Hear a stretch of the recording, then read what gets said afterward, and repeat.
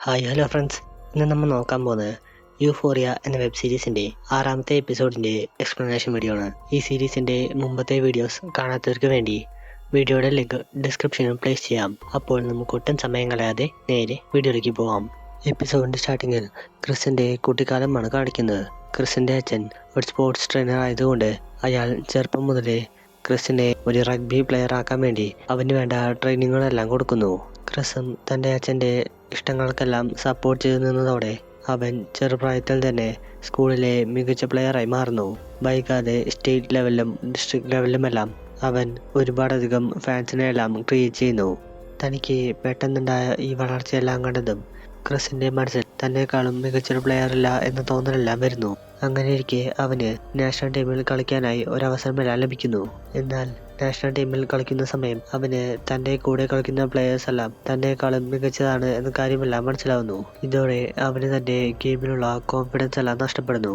അങ്ങനെ ക്രിസ് തൻ്റെ സ്പോർട്സിൻ്റെ സ്വപ്നങ്ങളെല്ലാം ഉപേക്ഷിച്ചിരിക്കുന്ന സമയത്താണ് അവൻ കാസിയെ കണ്ടതും അവളുമൊത്ത് പ്രണയത്തിലെല്ലാം ആവുന്നത്.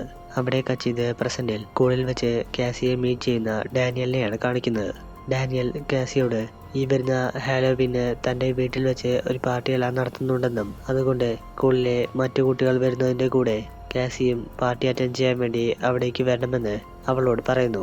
അവിടെ കച്ചിത് നെയ്റ്റിനെയും അവൻ്റെ അച്ഛനെയുമാണ് കാണിക്കുന്നത്. നെയ്റ്റിൻ്റെ അച്ഛൻ നെയ്റ്റിനോട് ഈ കേസ് എങ്ങാനും തോറ്റാൽ നമ്മുടെ കുടുംബത്തിൻ്റെ അഭിമാനം പോവും എന്ന് പറഞ്ഞുകൊണ്ട് അവനെയും കൂട്ടി ഒരു ലോയറെയെല്ലാം മീറ്റ് ചെയ്യാൻ വേണ്ടി ചെല്ലുന്നു. ലോയറാണെങ്കിൽ ഈ കേസിലെ പെൺകുട്ടി മൈനറാണെന്ന് അറിഞ്ഞതും കേസ് ഒഴിവാക്കി വിടാൻ വേണ്ടി നോക്കുന്നു. ഇതെല്ലാം കേട്ട് ദേഷ്യം വന്ന നെയ്റ്റ് നേരെ അവൻ്റെ വീട്ടിലേക്ക് വരുന്നു. വീട്ടിലെത്തിയതും അവൻ വേഗം തന്നെ പ്രിന്ററിൽ കുറച്ച് ഫോട്ടോസ് എല്ലാം പ്രിന്റ് എടുക്കാൻ വേണ്ടി തുടങ്ങുന്നു. എന്നാൽ അവൻ എന്ത് ഫോട്ടോസാണ് പ്രിന്റ് എടുക്കുന്നത് എന്ന കാര്യമൊന്നും നമുക്ക് ഇപ്പോൾ വ്യക്തമാക്കുന്നില്ല. അവിടെ കച്ചിത് കേറ്റിനെയാണ് കാണിക്കുന്നത്. അവൾക്ക് വീഡിയോ കോളിലൂടെ ഒരുപാട് പൈസ എല്ലാം ഉണ്ടാക്കാൻ വേണ്ടി സാധിക്കും എന്ന് മനസ്സിലായതും അവൾ അവളുടെ റേറ്റും കസ്റ്റമേഴ്സിന്റെ എണ്ണവുമെല്ലാം മെല്ലെ മെല്ലെ കൂട്ടാൻ വേണ്ടി തുടങ്ങുന്നു. അവിടെ കച്ചിത് ഹാലോവീൻ ദിവസം കാസിയെ പിക്ക് ചെയ്യാൻ വേണ്ടി അവളുടെ വീട്ടിലേക്ക് വന്നിരിക്കുന്ന ക്രിസിനെയാണ് കാണിക്കുന്നത്. ഈ സമയം കാസി വളരെയധികം എക്സ്പോസ് എല്ലാം ചെയ്യുന്ന രീതിയിൽ ഡ്രസ്സ് എല്ലാം ചെയ്തുകൊണ്ട് വന്നിരിക്കുന്നത് കണ്ട് ക്രിസിന് ഇതൊട്ടും തന്നെ ഇഷ്ടപ്പെടുന്നില്ല.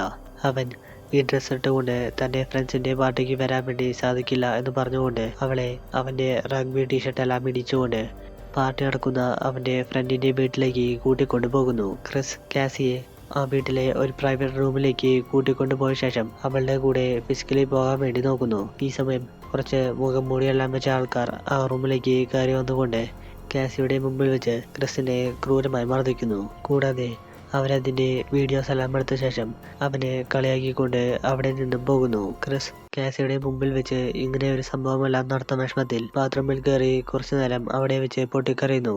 കുറച്ചു കഴിഞ്ഞതും അവൻ തൻ്റെ വിൽ പവർ എല്ലാം തിരിച്ചു പിടിച്ചുകൊണ്ട് അവരോടുള്ള ദേഷ്യത്തിൽ കാസിയുടെ അടുത്ത് വളരെയധികം റഫായിക്കൊണ്ട് ഫിസിക്കലെല്ലാം പോകുന്നു. ക്രിസിൽ നിന്നുമുള്ള ഈ പെരുമാറ്റം ഒട്ടും തന്നെ ഇഷ്ടപ്പെടാതെ വന്ന കാസി കാര്യം കഴിഞ്ഞ ഉടൻ തന്നെ അവിടെ നിന്നും നേരെ തന്റെ വീട്ടിലേക്ക് പോകുന്നു. അവിടെ കട്ട് ചെയ്ത് ഹാലോവീൻ പാർട്ടിക്ക് പോകാൻ വേണ്ടി ജൂൾസിനെ മീറ്റ് ചെയ്യാൻ ചെന്നിരിക്കുന്ന റൂമിനെയാണ് കാണിക്കുന്നത്. റൂം ജൂൾസിനെയും കൂട്ടിക്കൊണ്ട് അവരുടെ ഫ്രണ്ടായിട്ടുള്ള ലക്സിയുടെ വീട്ടിലേക്ക് ചെല്ലുന്നു.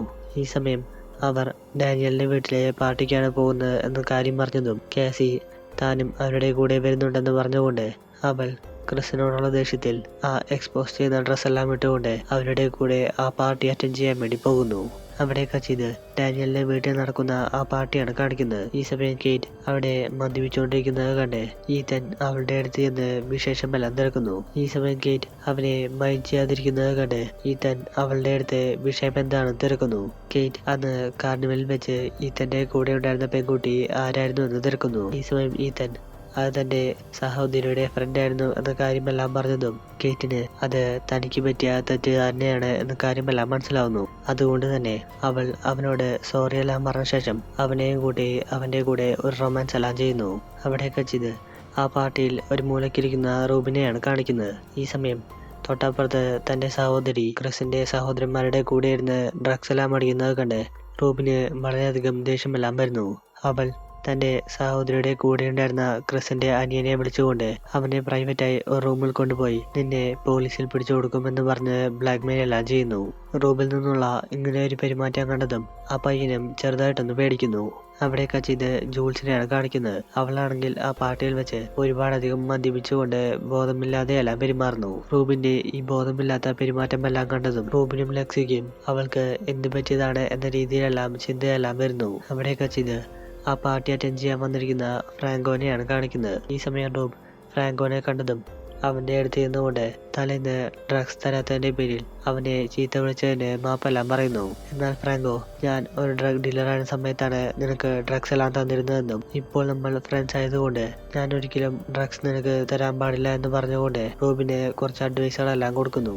ഫ്രാങ്കോ റൂബിനോട് ജൂൾസ് എന്തിനാണ് ഇതുപോലെ കുടിച്ചുകൊണ്ടിരിക്കുന്നത് എന്ന് തിരക്കുന്നു. ഇത് കേട്ടതും റൂബ് അവൾ ഷൈഗ എന്ന വ്യക്തിയുമായി ചാറ്റ് ചെയ്ത് പ്രണയത്തിലായിരുന്നുവെന്നും എന്നാൽ അത് നെയ്റ്റാണെന്നറിഞ്ഞപ്പോൾ അവളുടെ മനസ്സ് തകർന്നു പോയെന്നും അതുകൊണ്ടാണ് ആ വിഷമം മാറാനായി മദ്യപിച്ചുകൊണ്ടിരിക്കുന്നതെന്ന് ഫ്രാങ്കോയോട് പറയുന്നു. ഇതേസമയം പാർട്ടിയിൽ വെച്ച് കാസി നേരെ ഡാനിയലിനെ മീറ്റ് ചെയ്യാൻ വേണ്ടി ചെല്ലുന്നു. അവൾ കുറച്ചുനേരം ഡാനിയലിന്റെ കൂടെ ക്ലോസ് ആയി ഡാൻസ് എല്ലാം ചെയ്ത ശേഷം അവൾ ഡാനിയലിന്റെ കൂടെ നേരെ റൂമിലേക്ക് പോകുന്നു. റൂമിലെത്തി രണ്ടുപേരും കിസ് എല്ലാം ചെയ്തുകൊണ്ടിരിക്കുന്ന സമയം കാസിയെ അന്വേഷിച്ചുകൊണ്ട് ക്രിസ് നേരെ ഈ പാർട്ടി നടക്കുന്ന സ്ഥലത്തേക്ക് വരുന്നു. ക്രിസിനെ കണ്ടതും കാസിയുടെ സഹോദരിയായിട്ടുള്ള ലെക്സി ക്രിസ് ഈ വീട്ടിലേക്ക് വന്നിട്ടുണ്ട് എന്ന കാര്യമെല്ലാം അവൾക്ക് ടെക്സ്റ്റ് മെസ്സേജായി അയക്കുന്നു. ഈ സമയം ക്രിസ് ഓരോ റൂമുകളിലായി കാസിയെ അന്വേഷിച്ച് നടക്കുന്നത് കണ്ട് ലെക്സി വേഗം തന്നെ ക്രിസിന്റെ അടുത്ത് നിന്നുകൊണ്ട് കാസി വീട്ടിലേക്ക് പോയി എന്ന് അവന്റെ അടുത്ത് ഒരു കള്ളമെല്ലാം പറയുന്നു.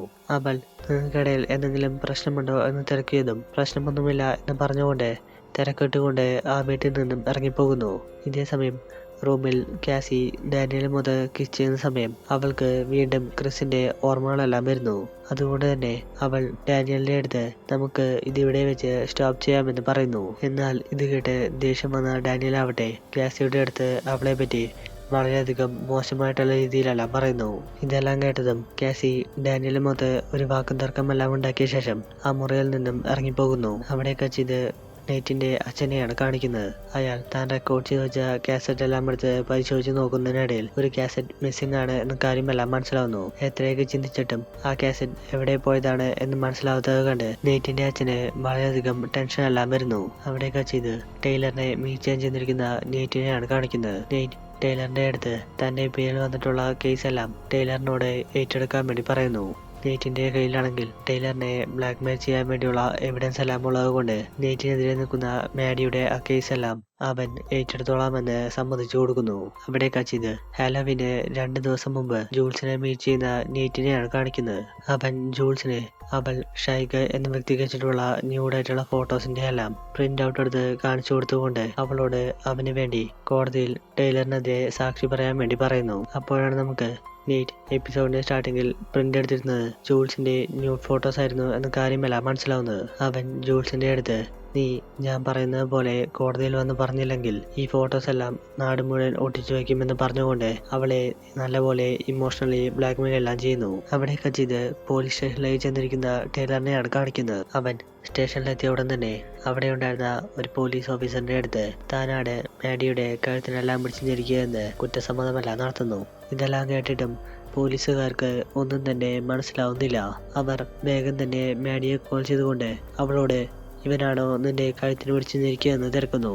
മാഡിക്കാണെങ്കിൽ തന്റെ കാമുകനെ രക്ഷിക്കാൻ വേണ്ടി വേറെ ഓപ്ഷൻ ഒന്നുമില്ലാത്തത് കൊണ്ട് അവൾ ടൈലറാണ് തന്നെ അന്ന് ഉപദ്രവിക്കാൻ നോക്കിയതെന്ന് പോലീസിന്റെ അടുത്ത് സ്റ്റേറ്റ്മെന്റ് കൊടുക്കുന്നു. ഇതിനെല്ലാം പുറമെ ജൂൾസ് നെയ്റ്റ് പറഞ്ഞ പ്രകാരം ടൈലർ മാഡിയുടെ കഴുത്തെല്ലാം മുടിച്ചു നിൽക്കുന്നത് താൻ കണ്ടുവെന്ന് പോലീസിന്റെ അടുത്ത് ഒരു സ്റ്റേറ്റ്മെന്റ് കൂടി കൊടുക്കുന്നു. ഇതോടെ തെളിവുകളെല്ലാം ടൈലറിനെതിരായതുകൊണ്ട് പോലീസുകാർ ടൈലറിനെ ജയിലിലെല്ലാം പിടിച്ച് ലോക്ക് ചെയ്തിടുന്നു. അവിടെ കച്ചിത് പ്രസന്റിൽ ആ ഹാലോ പാർട്ടിക്കിടെ താൻ കാരണം ടൈലർ ജയിലിൽ പോയതോർത്താണ് ജൂൾസ് വീണ്ടും മദ്യപിച്ചുകൊണ്ടിരിക്കുന്നത്. ഇതേസമയം കേസെല്ലാം കഴിഞ്ഞ സന്തോഷത്തിൽ നെയ്റ്റും മാഡിയും കൂടി പാർട്ടി അറ്റൻഡ് ചെയ്യാൻ വേണ്ടി ഡാനിയലിന്റെ വീട്ടിലേക്ക് വരുന്നു. ഈ സമയം അവിടെ ഉണ്ടായിരുന്ന എല്ലാവരും നെയ്റ്റിനെ കേസിൽ നിന്നും പുറത്തു വന്ന സന്തോഷത്തിൽ സപ്പോർട്ടെല്ലാം ചെയ്യുന്നത് കണ്ട് ജൂൾസിന് ഇതൊന്നും ഒട്ടും തന്നെ ഇഷ്ടപ്പെടുന്നില്ല. അവിടെ കച്ചിത് തന്റെ വീട്ടിലിരിക്കുന്ന കാസിയെയാണ് കാണിക്കുന്നത്. ഈ സമയം അവൾ ഡാനിയൽ പറഞ്ഞ കാര്യമെല്ലാം ഓർത്തുകൊണ്ട് ആ വിഷമമെല്ലാം മാറാനായി നല്ലപോലെ മദ്യപിച്ചുകൊണ്ടേയിരിക്കുന്നു. ഈ സമയം കാസിക്ക് അവളുടെ ശരീരത്തിൽ എന്തോ മാറ്റമെല്ലാം സംഭവിക്കുന്നുണ്ട് എന്ന് മനസ്സിലായതും അവൾക്ക് അവൾ പ്രഗ്നന്റ് ആണോ എന്ന രീതിയിൽ ചെറിയ സംശയമെല്ലാം തോന്നുന്നു. ഇത്രയും കാണിച്ചുകൊണ്ട് ഈ എപ്പിസോഡ് ഇവിടെ വെച്ച് അവസാനിക്കുന്നു. ഈ സീരീസിന്റെ ബാക്കി വീഡിയോസിനായി ചാനൽ മറക്കാതെ സബ്സ്ക്രൈബ് ചെയ്യുക.